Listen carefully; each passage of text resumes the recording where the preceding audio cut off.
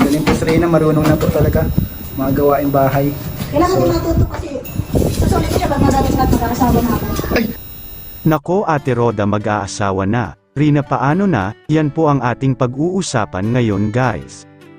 Gaano nga ba katotoo ito? Mag-aasawa na nga ba si Ate Roda?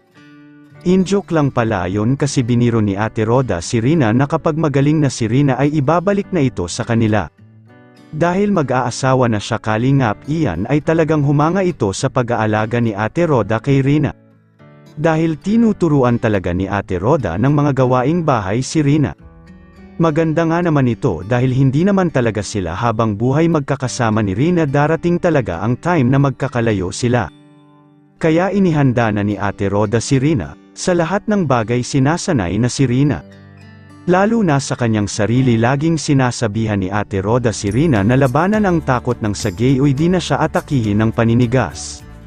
Dahil ito talaga ang pinaka-importante sa lahat na itinuturo ni Ate Roda kay Rina. Ang labanan ang takot, dahil kung mapaglabanan ito ni Rina ay tuluyan na siyang gagaling. Dahil ito lang talaga ang problema, ang takot niya.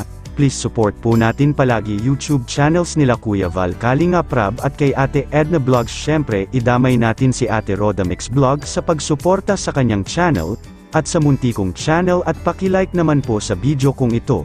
Maraming salamat po, good day and God bless everyone. Galing po si Reyna, marunong na po talaga mga gawaing bahay. Kailangan mo matuto kasi susunod siya pag madalas na mag-aasawa na ako. Ay, magkasama si Ate Roda mo mga kalingap. Seryoso yan? Kailangan mo si Rina.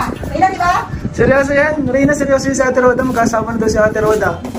Magpagaling ka na. Kasi mag-anak pa yun si Ate Roda. Oo, mag-aanap pa ako ng sarili ko. Baby, oo. Baby pa yun si Ate Roda. Grabe po mga kalingap po, ang sipag ni Reyna. So maganda daw po itong mga kalingap na si Reyna ay may mga gawain, nakakatulong daw po sa kanya. Talaga ay tuloy-tuloy po yung tuloy-tuloy po yung paggaling ni Reyna. Ngayon po nakikita natin, grabe. Ang ganda po ng improvements kay Reyna. And nakakausap po na maayos and napakabait na bata, no?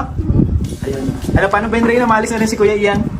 Kasi gabi na, para makapahinga ka na rin. Tapos si Ate Roda po.